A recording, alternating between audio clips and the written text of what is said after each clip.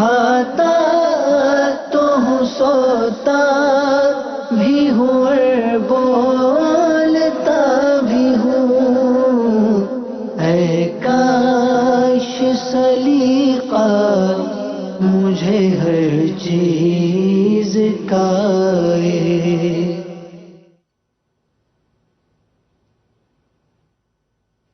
الحمدللہ رب العالمین والصلاة والسلام علی سید المرسلین،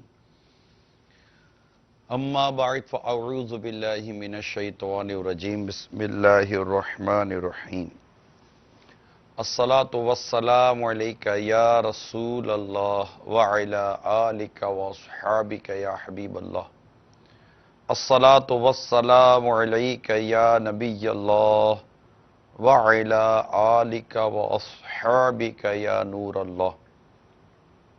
مدنی چینل کے ناظرین، سلسلہ سائیڈ ایفیکٹ میں ہمارا موضوع طلاق جاری ہے کہ طلاق کے سائیڈ ایفیکٹ، جو طلاق کے جو منفی اثرات ہم پر یا ہمارے معاشرے پر مرتب ہوتے ہیں، اس پر کل بھی سلسلہ ہوا تھا، آج بھی ہم اس کو کنٹینیو کریں گے۔ جو کال کل کی ہیں ان کو بھی لیں گے، جو مزید کالیں آئیں گی ضرورت ہوا تو اس کو بھی ہم چلائیں گے۔ آپ بھی اچھی اچھی نیتوں کے ساتھ اول تاخیر سلسلہ دیکھیے۔ حدیث پاک میں ہے، جس نے قرآن پڑھا، رب تعالیٰ کی حمد کی اور نبی صلی اللہ تعالیٰ علیہ وآلہ وسلم پر درود شریف پڑھا، نیز اپنے رب سے مغفرت طلب کی، تو اس نے بھلائی کو اپنی جگہ سے تلاش کر لیا۔ صلو علی الحبیب صلی اللہ تعالیٰ علی محمد۔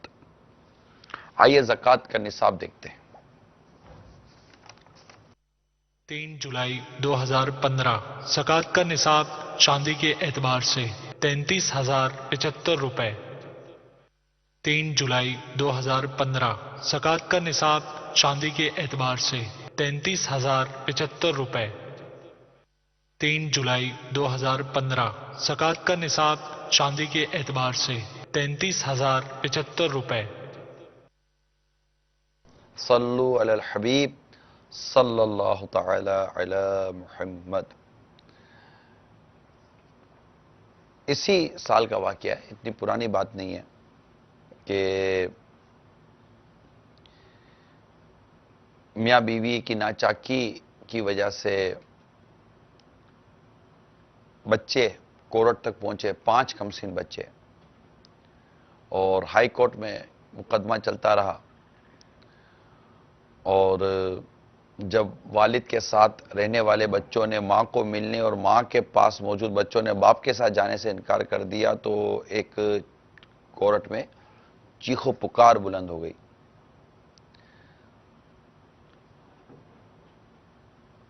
اسی طرح ایک اور کیس میں عدالت نے بچے ماں کے حوالے کرنے کا جب حکم دے دیا، تو بچوں نے چیخ و پکار کرتے ہوئے ماں کے ساتھ جانے سے انکار کر دیا۔ تو یہ بہت عجیب و غریب معاملہ ہو جاتا ہے کہ جب کیس کورٹ میں جاتا ہے، ماں ایک دوسرے کو یہ طلاقیں دے دیتے ہیں، پھر طلاقیں دینے کے بعد جو سب سے بڑا پرابلم آتا ہے وہ بچوں کا آتا ہے کہ بچے کہاں۔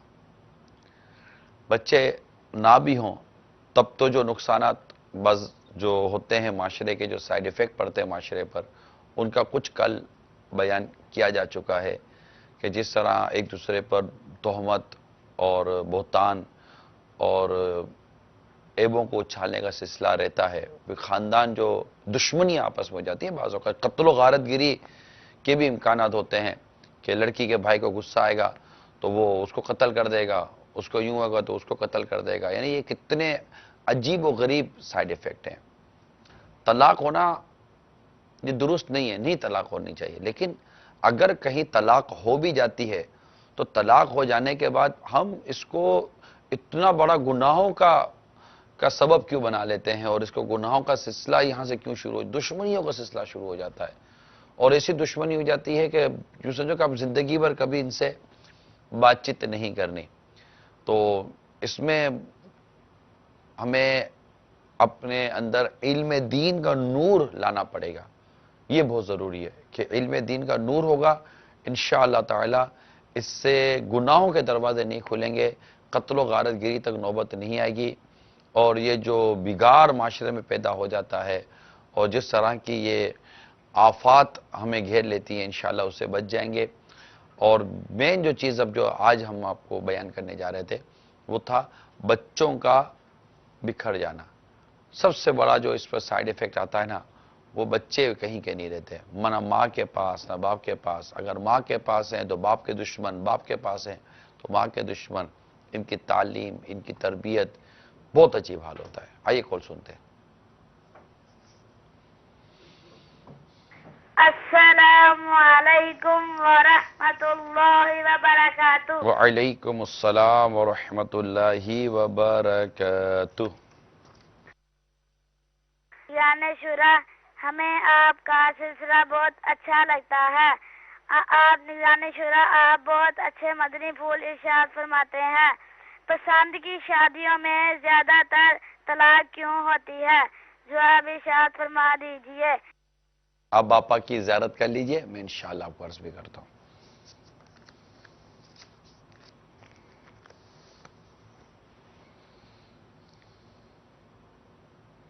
صلو علی الحبیب صلی اللہ تعالی علی محمد، توبو الی اللہ استغفر اللہ، صلو علی الحبیب صلی اللہ تعالی علی محمد۔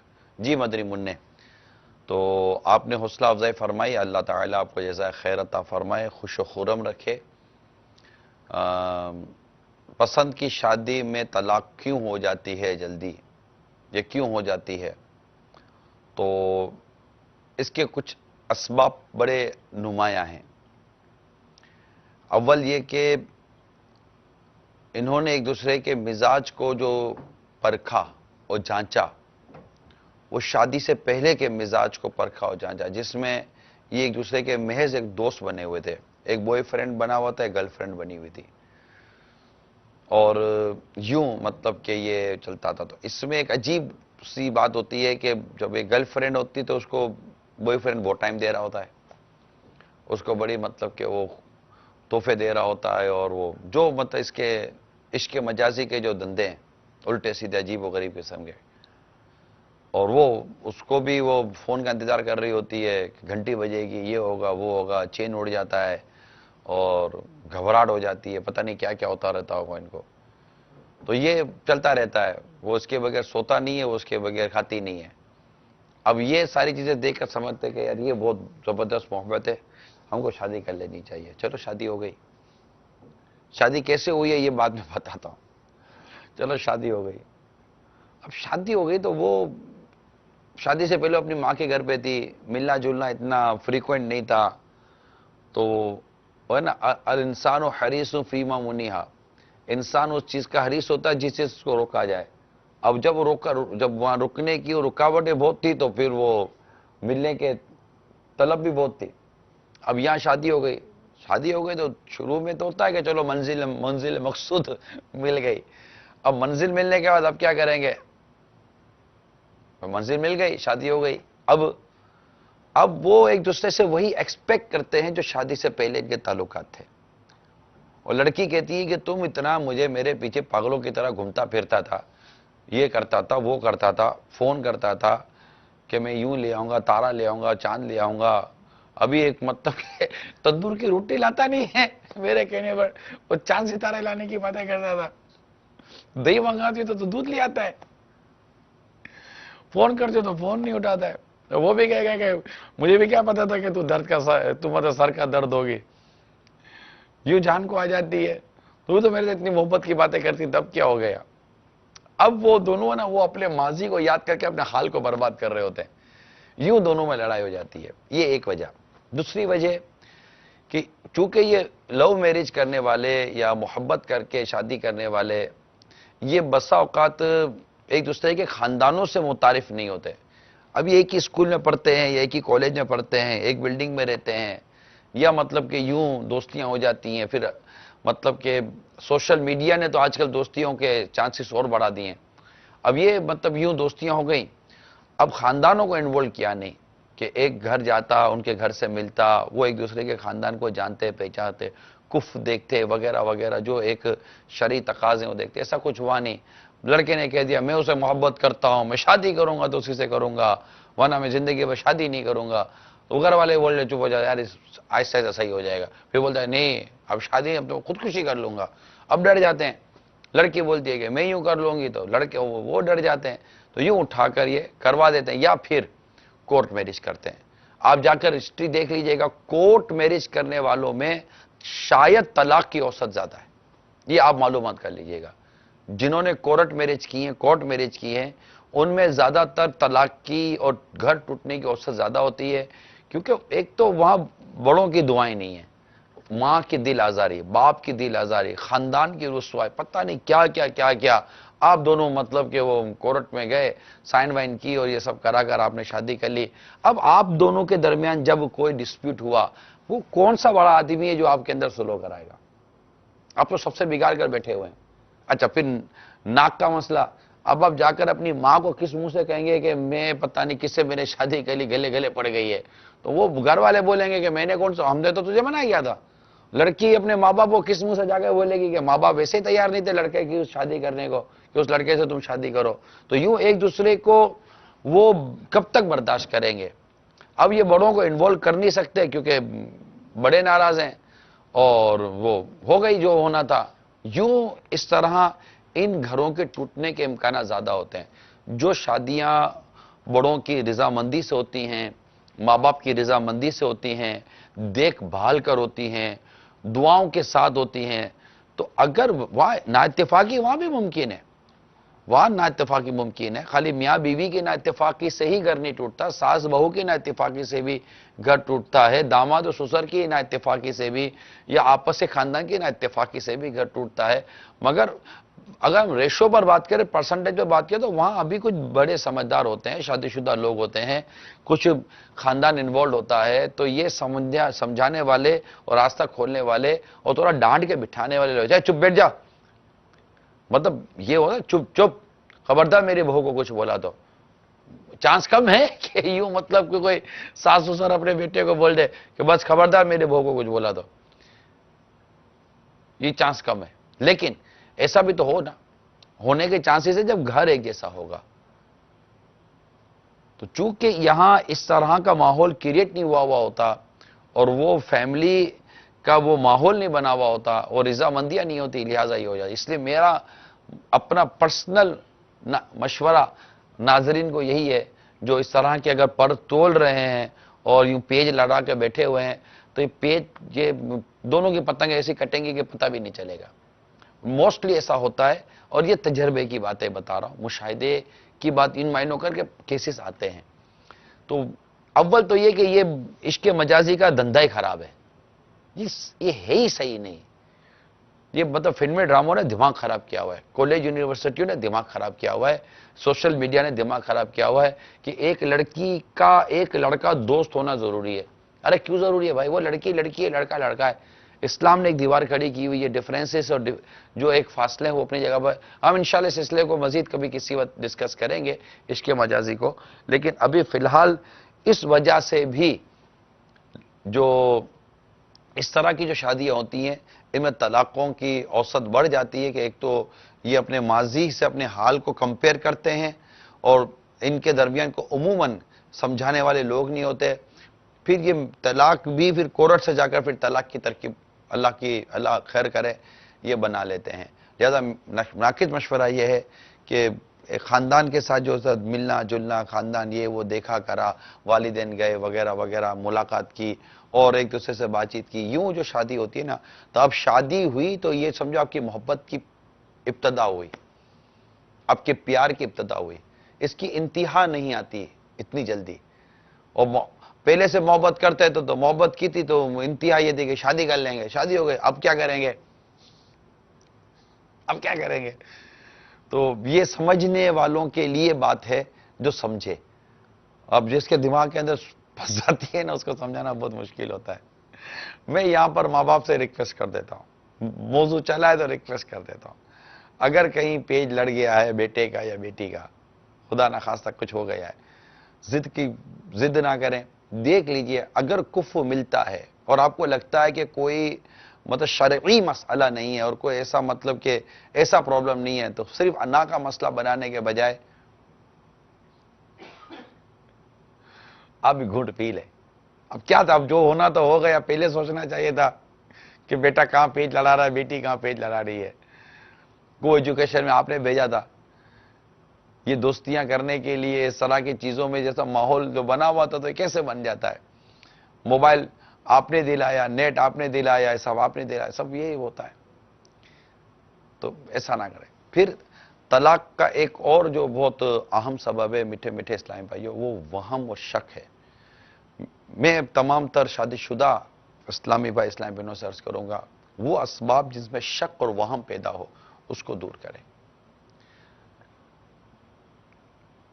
جس چیز کو شوہر پسند نہیں کرتا نا، وہ عورت کو چاہیے کہ نہ کرے، اور مرد کو چاہیے کہ جس چیز کو عورت پسند نہیں کرتی اس کے بارے میں غور کرے کہ اس کی دلجوئی بھی کس میں ہے۔ یعنی ہوتا یہ ہے کہ اگر بیوی کسی بھی ایک غیر مرد سے کسی طور پر بات کر لے تو آدمی کو تیش آ جاتا ہے۔ مرد بھلے ہزار ہزار عورتوں سے بات کرتا رہے، عورت کو بولے گا صبر کر۔ تو اس طرح نہ کرے، نہ اس کو غیر مردوں سے بات کرنی چاہیے، نہ اس کو غیر عورتوں میں دلچسپی لینی چاہیے۔ اور سوشل میڈیا یہ سب بدقسمتی کے ساتھ کروا رہا ہے، اس لیے برائے کرم اس سے بچے۔ جتنی بھی بچیاں ہیں، اسلامی بہنیں ہیں، آپ شادی شدہ ہیں یا نہیں ہیں، میں آپ کو مشورہ دیتا ہوں برائے کرم، اس telephone, mobile phone, social media اور انٹرنیٹ کی بیماری سے بچیے۔ دیکھیں یہ سانپ جیسا ہے، یہ ایسا ڈستا ہے کہ گھر کا گھر تباہ ہو جاتا ہے۔ شوہر میسج چیک کرتا ہے، غلطی سے کسی کا میسج آپ کے موبائل میں آ گیا، فور ایگزامپل غلطی سے کسی کا میسج آپ کے موبائل میں آ گیا، شوہر نے پڑھ لیا اور خدا نہ خاصا میسج ہے کچھ الٹا سیدھا، اب آپ اس کو لاکھ قسمیں دلا کے یقین دلاؤ گے میں اس کو نہیں جانتی، میں اس کو نہیں جانتی، پتہ نہیں کون ہے، یا کسی کو اللہ نہ کرے آپ کا نمبر مل گیا اور آپ کو تنگ کرتا ہے، شوہر کو کیسے یقین دلائیں گے؟ شوہر اپنی بیوی کو کیسے یقین دلائے گا کہ یہ یہاں وہم اور شک بھی تو ہوتا ہے نا، ایک دوسرے کے موبائل چیک کرتے رہنا، ایک دوسرے کے میسج چیک کرتے رہنا، ایک دوسرے کی مس کال اور out going in coming check کرتے رہنا۔ پہلے بات تو یہ ہے کہ ایک دوسرے سے آپ پیار کرتے نہیں کرتے؟ جب محبت کرتے ہیں تو اعتماد کریں نا، جب محبت ہے وہاں پر بد اعتمادی کیسی؟ جہاں بد اعتمادی آ گئی وہاں محبت کا کیا کام ہے؟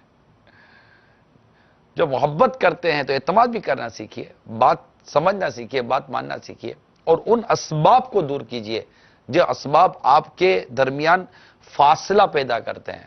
میں امید کرتا ہوں، مجھے یہاں سے الحمدللہ تاثرات ملتے ہیں کہ اس وقت الحمدللہ اللہ کی رحمت سے یہ گھریلو جھگڑے اور طلاق کے موضوع پر ہو سکتا ہے کہ شاید ہم ہزاروں کی نمائندگی کر رہے ہیں۔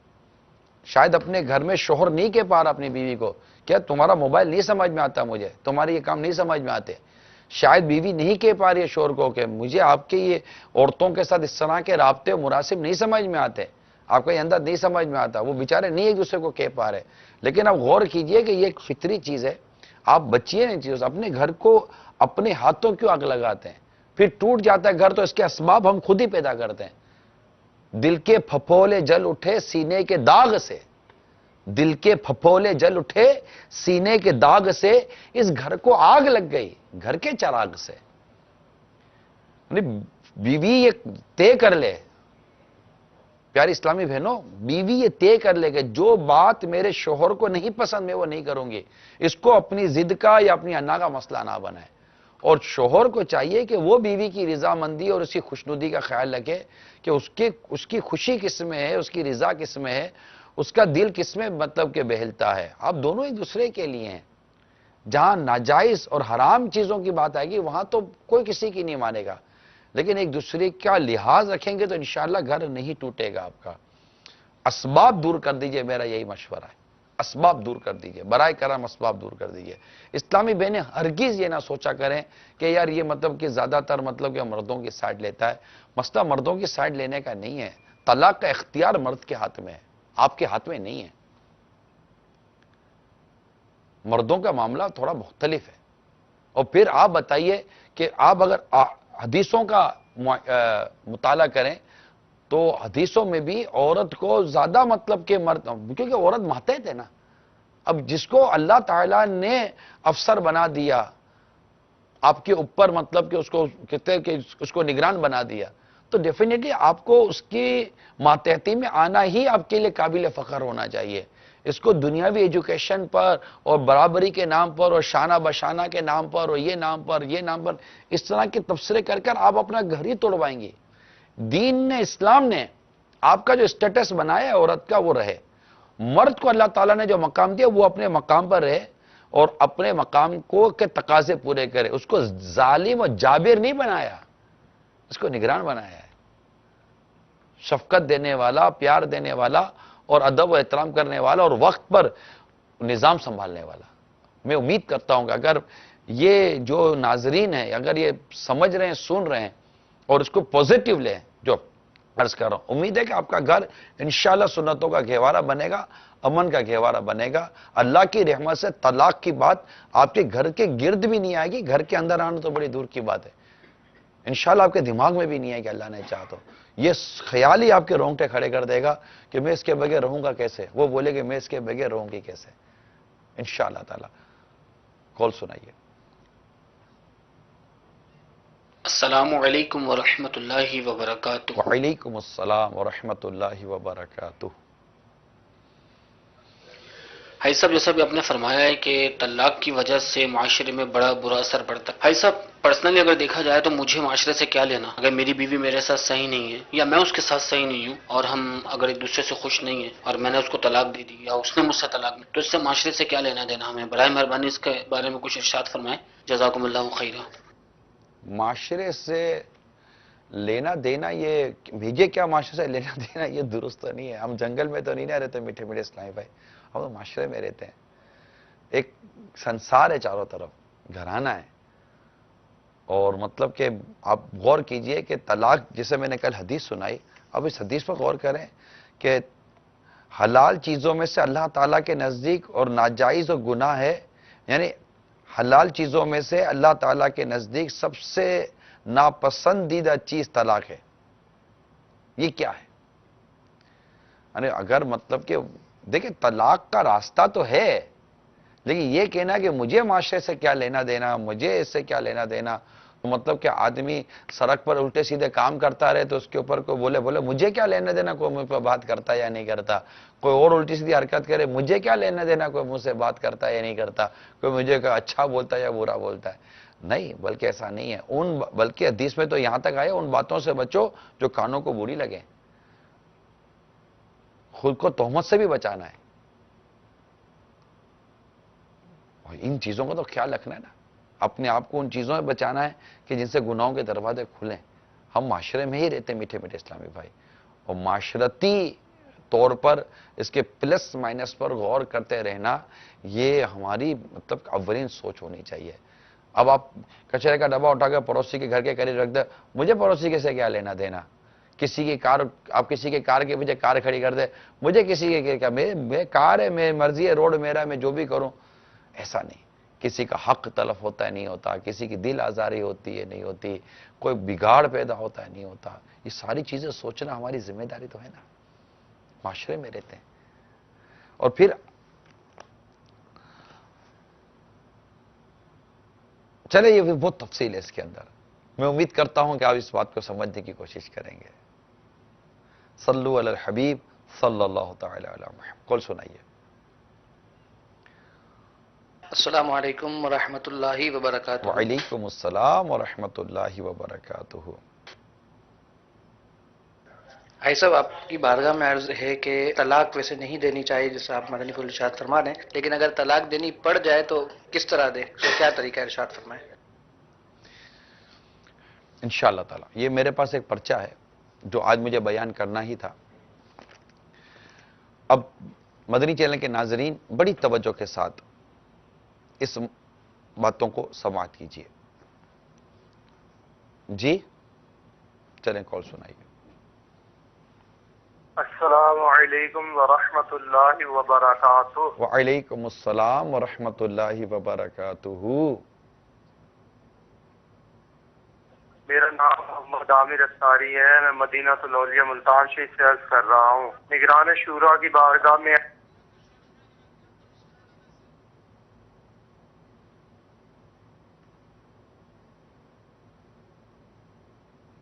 مجھے آواز نہیں آئی، کال ڈسکنیکٹ ہو گئی شاید. ٹھیک ہے، میں آپ کو اچھا اب میں جو عرض کرنے جا رہا ہوں وہ توجہ سے سنیے. میاں بیوی کے درمیان اگر ناچاکی ہو جائے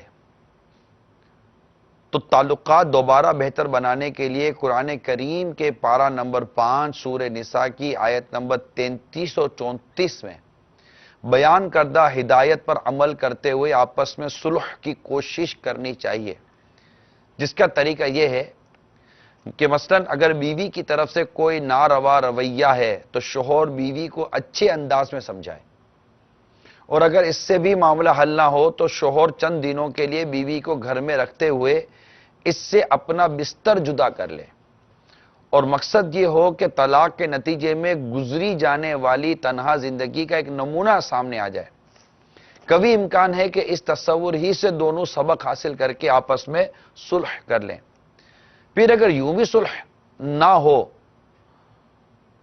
نہ ہو سکے تو شوہر کو بیوی کی مناسب سختی کے ذریعے تعدیب کی بھی اجازت ہے، اور یہ طریقہ اختیار کرنا بھی بہت مفید ہے. اگر دونوں جانب سے سمجھدار اور معاملہ فہم افراد کو حکم اور منصف یعنی فیصلہ کرنے والا بنا لیا جائے تاکہ وہ ان میں صلح کروا دیں. یہ صلح کروانے والے افراد اگر اچھی نیت اور جذبے کے ساتھ حکمت برے انداز میں صلح کی کوشش کریں گے تو اللہ تبارک و تعالی زوجین کے مابین اتفاق پیدا فرما دے گا.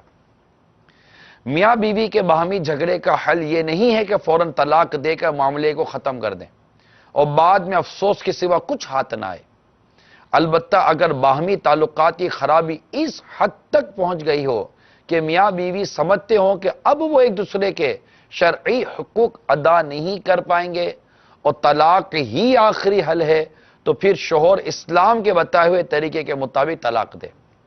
وہ طریقہ یہ ہے کہ شوہر بیوی کو اس کی پاکی کے ان دنوں میں کہ جن میں اس نے بیوی سے ازدواجی تعلقات قائم نہ کیے ہوں ایک طلاق کے رجعی ان الفاظ سے دے: میں نے تجھے طلاق دی. پھر شوہر اسے چھوڑ دے حتیٰ کہ عدت مکمل ہو جائے اور عورت نکاح سے باہر ہو جائے. یاد رکھیں ایک طلاق رجعی دینے سے بھی عدت گزرنے پر مرد اور عورت میں جدائی ہو جاتی ہے، اور یہ سمجھنا کہ 3 طلاق کے بغیر ایک دوسرے سے خلاصی نہیں ہوتی سراسر غلط ہے. خود زبانی طلاق دینی ہو یا خود لکھنی ہو یا اسٹامپ پیپر والوں سے لکھوانی ہو، بہرحال ایک ہی لکھیں اور لکھوائیں. اسٹامپ پیپر والے 1000 کہیں کہ 3 لکھنے سے کچھ نہیں ہوتا، ان کی بات کا ہرگز اعتبار نہ کریں اور انہیں ایک ہی لکھنے پر مجبور کریں. ایک طلاق رجعی کا بطور خاص اس لیے کہا گیا ہے کہ 3 طلاقیں اکٹھی دینا گناہ اور خلاف شریعت ہے.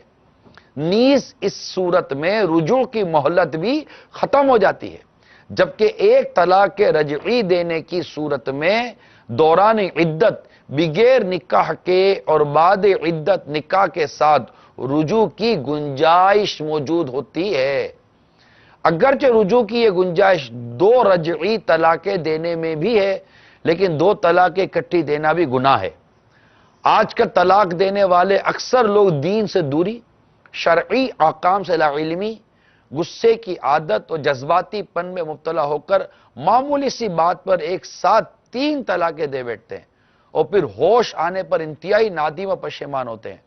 پھر کبھی اپنے ماضی کو یاد کرتے ہیں اور کبھی بچوں کے مستقبل کو روتے ہیں، اور بسا اوقات شیطان کے بہکانے پر آ کر گھر بچانے کے لیے مختلف حیلے بہانے تراشتے ہیں. یاد رکھیں کہ 3 طلاقیں اکٹھی دینا گناہ ہے، لیکن اگر کوئی 3 طلاقیں دے دے تو تینوں ہی واقعی ہو جاتی ہیں، خواہ ایک ہی مجلس میں دے یا زیادہ مجلسوں میں، اور ایک لفظ سے 3 طلاقیں دے یا 3 لفظوں سے، بہر صورت تینوں طلاقیں ہو جاتی ہیں. لہذا مسلمانوں کی خیر خواہی کے پیش نظر یہ مشورہ پیش خدمت ہے کہ اگر میاں بیوی کے درمیان باہمی اتفاق کی کوئی صورت نہ بن سکے اور طلاق دینے کی نوبت آ جائے تو اسلامی ہدایت کے مطابق طلاق دی جائے، جس کا طریقہ کار ابھی بیان ہوا. مزید اس کی وضاحت کر دیتا ہوں کہ طلاق دینے کا سب سے بہتر طریقہ کیا ہے کہ عورت کی پاکی کے وہ ایام جن میں شوہر نے اسے صحبت نہ کی ہو، ان ایام میں صرف ایک بار اس سے کہے میں نے تجھے طلاق دی، اس کے بعد بیوی کو چھوڑ رکھے، اس کے بعد بیوی کو چھوڑے رکھے اور اس سے بالکل علیحدہ رہے یہاں تک کہ اس کی عدت گزر جائے۔ اختتام عدت پر وہ نکاح سے خارج ہو جائے گی۔ اس طرح طلاق دینے سے یہ فائدہ ہوگا کہ کل کو اگر دونوں دوبارہ ایک ساتھ زندگی بسر کرنا چاہیں تو دوران عدت بغیر نکاح کے اور عدت کے بعد بغیر حلالے صرف نکاح کے ذریعے رجوع ہو جائے گا۔ یاد رکھیے میٹھے میٹھے اسلامی بھائیوں، طلاق کا کوئی بھی مسئلہ اپنی اٹکل یعنی سمجھ سے حل کرنے کے بجائے دارالفتہ سے رجوع کیجئے، اور دارالفتہ اہل سنت کے نمبر ہم آپ کو یہاں دکھاتے ہیں۔ جو بھی میں نے آپ کو سنایا یہ پورا ایک پرچہ ہمارے مقتۃ المدینہ پر آپ کو مل جائے گا، یہ پرچہ آپ دکھا دیجئے۔ طلاق دینے سے متعلق مفید معلومات، یہ طلاق کے اوپر 3 قسمیں بھی لکھی ہوئی ہیں، احسن، حسن اور بدعی، اور یہ اس کے پیچھے دارالفتہ اہل سنت کے نمبر بھی لکھے ہوئے ہیں۔ یہ جو ہماری شاخیں ہیں ان کے ایڈریسز بھی ہیں اور ان کے ٹائمنگز بھی ہیں، نمبر بھی لکھے ہوئے ہیں، یہ نمبر ہیں۔ یہ میٹھے میٹھے اسلام بھائی یہ امت کی خیر خواہی کے لیے یہ کام ہے، اور یہ ایک انتہائی صورت جو بن سکتی ہے وہ میں نے آپ کے سامنے ابھی بیان کی ہے، مگر پلیز اپنے گھر کو ٹوٹنے سے بچائیں۔ اتنی چھوٹی چھوٹی باتوں پر توڑتے ہیں کہ ابھی پچھلے دنوں ایک ملک کی خبر میں نے پڑھی، وہ خبر یہ تھی کہ ایک شوہر نے اپنی بیوی کو کہا کہ فلاں مشروب یعنی فلاں cold drink company cold drink تم نے نہیں پینی، منع کر دیا۔ اس کو کولڈ ڈرنک کا نام بھی لکھا ہوا تھا خبر میں۔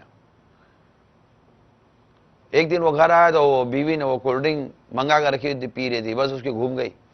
صرف کولڈ ڈرنک جو نہیں پینی تھی وہ کولڈ ڈرنک پینے پر اس نے اپنی بیوی کو طلاق دے دی۔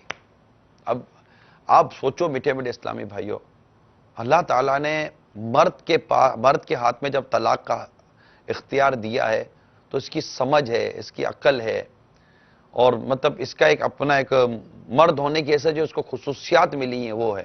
عورت کو اگر اس کا حق نہیں دیا گیا تو اس کی وجوہات بھی قرآن و تفاسیر میں بیان کی گئی ہیں۔ آپ مطلب کہ عجیب ہیں کہ چھوٹی چھوٹی باتوں پر آپ اٹھ کر مطلب کہ طلاق دے دیتے ہیں، بلکہ یہاں تک ہمارے بزرگوں نے لکھا ہے کہ اگر بیوی ناراض بھی اگر ناچاکی بھی ہو جائے تو اٹھا کر ماں کے گھر پہ نہیں بھیج دو۔ ماں کے گھر پہ بھیجنے سے کیا ہوگا کہ جا تیری ماں کے گھر جا، وہ تو ویسے انتظار کر رہے تھے کہ کب جان چھٹتی ہے، اس سے باتیں سن سن کر تھک گئی ہوں، تو یہ تو آپ نے اس کو آسانی کر دی۔ تربیت دیکھیں، تربیت کرنا سیکھے۔ تربیت مار دھار اور ڈانٹ ڈپٹ سے صرف نہیں ہوتی، آپ نے اس کو تربیت کیا کی، کس طرح اس کی اصلاح کرنے کی کوشش کی، کس طرح اس کی ذہن سازی کرنے کی کوشش کی۔ کیا تربیت کا کوئی تعلق نرمی سے بھی ہے یا نہیں ہے کہ تربیت صرف سختی سے ہوتی؟ مانتی ہے کہ نہیں مانتی؟ بیوی ہے تو میری، پھر بولتے پاؤں کی جوتی ہے۔ کیا ہو گئے آپ لوگوں کو یار؟ اللہ تعالیٰ اور اس کے حبیب صلی اللہ تعالیٰ علیہ وسلم نے عورتوں کے بارے میں کیسے کیسے ارشادات عطا فرمائے، عورت کے مقام و مرتبے کو اسلام نے کتنا بلند کیا ہے، عورت کے معاملے میں ہمیں کتنے پیارے پیارے مدنی پھول ملے ہیں۔ آپ اٹھا کر اس کو صرف ایک ہی آپ کا ٹھا کر کے تھپڑ مار دیں گے، یہ اس کی اجازت تھوڑی ہے کہ منہ پہ تھپڑ مارتے ہیں۔ اب کیا ہو گیا؟ جائز ہی نہیں ہے۔ بال پکڑ کر پھینکتے ہیں، خدا نہ خاصہ تیزاب پھینک دیتے ہیں، اس کے ناک کاٹ دیتے ہیں، کان کاٹ دیتے ہیں۔ یہ کمزور جو مطلب کہ آپ کے ہاتھ میں دی گئی ہے کہ اس لیے دی گئی ہے کہ آپ اس کے اوپر طاقت کے زور دکھائیں، زبان درازی کریں، معاذ اللہ اس کو الٹی سیدھی گالیاں دیں، اس کے ماں باپ کو برا بھلا بولتے رہیں، اور اس کو مطلب کہ یوں نوکرانی بنا کر آپ چلائیں۔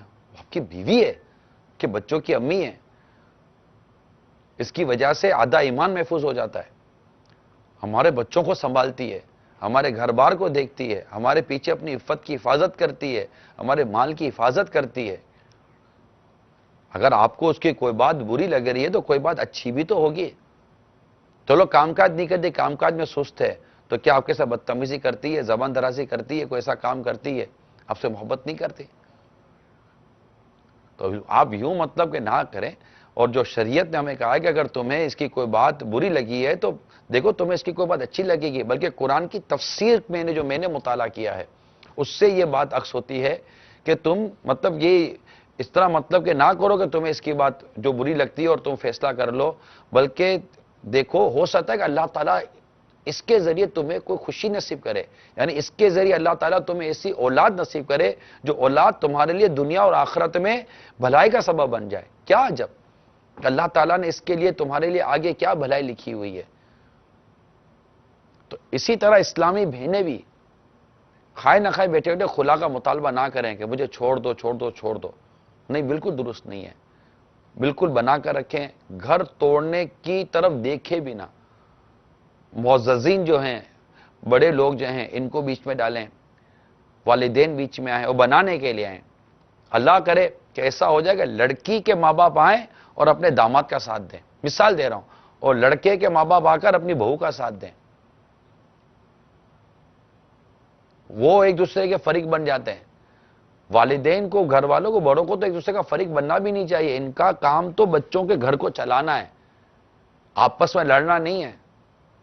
کہ وہ دونوں ساسیں لڑ پڑی تو بچوں کا مستقبل گیا, وہ دونوں سسر آپس میں لڑ پڑے تو بچوں کا مستقبل گیا, اس کی نے اس کی بہن لڑ پڑے تو بچوں کا مستقبل گیا. یعنی اگر آدمی کی بہن اور وہ اس کی بیوی کی بہن یہ دونوں لڑ پڑے تو یہ گھر کا مستقبل گیا. کہ یہ ان کے گھر کے بچے لڑ پڑے تو گھر کا مستقبل گیا. یار آپ کی لڑائی میں میاں بیوی کیا قصور ہے؟ یہ دونوں ایک دوسرے سے پیار کرتے ہیں, محبت کرتے ہیں. آپ کی لڑائی کے چکر میں ان کا گھر برباد ہو رہا ہوتا ہے. تو آپ نے تو بنا کر رکھنی. اور اگر اللہ نہ کرے ان دونوں کے درمیان جب لڑائی ہوتی ہے تو گھر کے سارے افراد مل کے یہ نیت کریں کہ ہمیں بنانی ہے, اصلاح کرنے کی کوشش کریں. اور پھر جب ورس come to verse, in the and اگر کوئی ایسی صورت اللہ نہ کرے آ جائے جس کا میں نے بیان کیا, تو پھر یہ پرچہ میں نے آپ کو پڑھ کر سنا دیا ہے. اسے مقتۃ المدینہ سے حاصل کریں اور شریعت کے مطابق اس پر عمل کریں. اللہ تعالی ہم سب کے گھروں کو خوشیوں کا گہوارہ بنائے اور خوشیوں کا مرکز بنائے. بس یہ موضوع ہم یہاں ختم کر رہے ہیں. چھوٹوں کو چاہیے کہ بڑوں سے اچھے تعلقات رکھنے کی کوشش کریں, اور بڑوں کو چاہیے کہ چھوٹوں پر شفقت کریں. جب غلطی ہو جائے تو اس کو ربڑ کی طرح کھینچے نہیں, فوراً جا کر خلاصے کر لیں.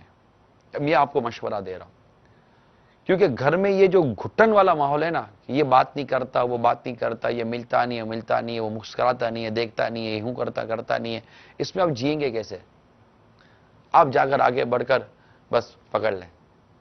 بیوی شوہر کے پاس جا کر معذرت کر لے, شوہر بیوی کے پاس جا کر معذرت کر لے, بہو ساس کے پاس جا کر معذرت کر لے, ساس دل بڑا کر کے بہو کے پاس جا کر بیٹھ جائے, سینے سے لگا لے تو میری بیٹی ہے. یوں ایک دوسرے کے ساتھ محبت سے رہیں. یقین مانیے آپ کو گھر میں ایسا لطف آئے گا, ایسا لطف آئے گا, ایسا لطف آئے گا. اتنا گھر میں نہیں بیٹھ جانا کہ ہمارے مدنی قافلے رہ جائیں. مدنی قافلے میں بھی سفر کریں, مدنی قافلوں میں سفر کریں, راہ خدا میں مصروف رہیں گے, اللہ تعالیٰ غیب سے مدد کرے گا. اسلامی بہنیں مدنی کاموں میں مصروف ہو جائیں, نیکی کی کاموں میں مصروف ہو جائیں, نیکی کی دعوت دیں. اللہ تعالیٰ ایسا علم اور ایسا علم کا نور عطا فرمائے گا, ایسی برکت عطا فرمائے گا کہ آپ کے گھر میں مدینہ مدینہ ہوتا رہے گا. کہ جب اچھی باتیں سنیں گے, اچھے ماحول میں رہیں گے تو گھر میں اچھا ماحول اترے گا اور ایک دوسرے کا ادب اور احترام کرنا سیکھیں گے. دعوت اسلامی کے ماحول سے وابستہ رہیے, مدنی چینل دیکھتے رہیے, انشاءاللہ مدینہ مدینہ ہوتا رہے گا. اللہ ہمارے گھروں کو شاد و آباد رکھے اور ہمیں شیطان کے اور نفس کے شر سے بچائے. آمین بجاہ نبی الامین صلی اللہ تعالی علیہ وآلہ وسلم.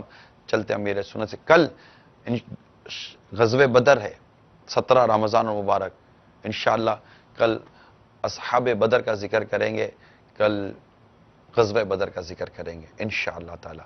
آئیے چلتے ہیں امیر سنت کی طرف.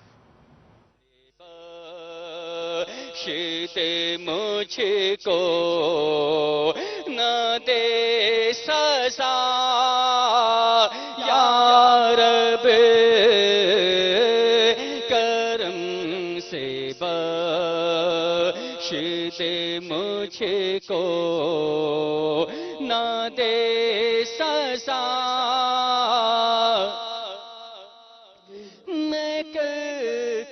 توبہ پلٹ کر گناہ کرتا ہوں میں کر کے توبہ پلٹ کر گناہ کرتا ہوں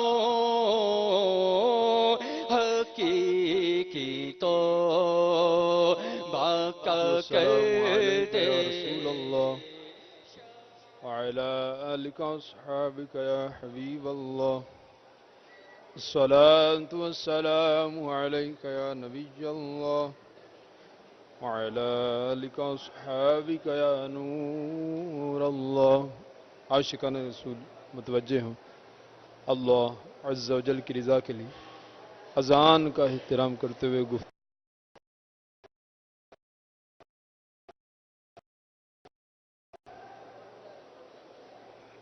اللہ اکبر اللہ اکبر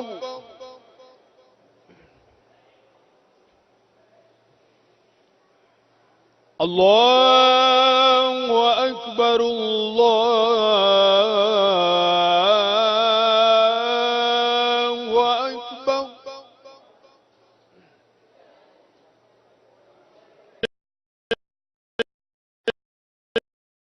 اکبر اللہ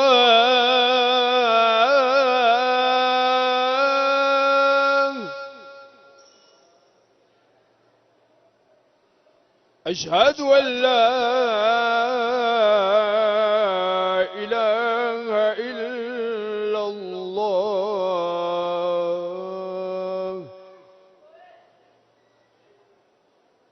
اشہد ان محمد رسول اللہ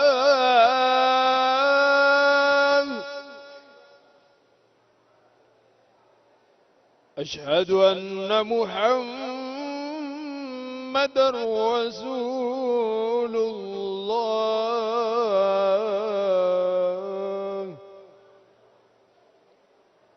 حی علی الصلاة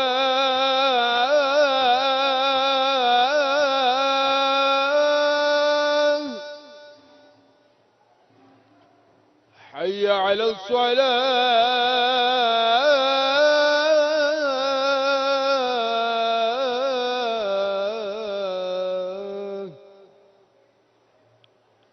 حی علی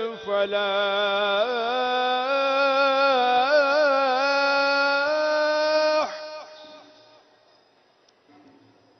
حی علی الفلاح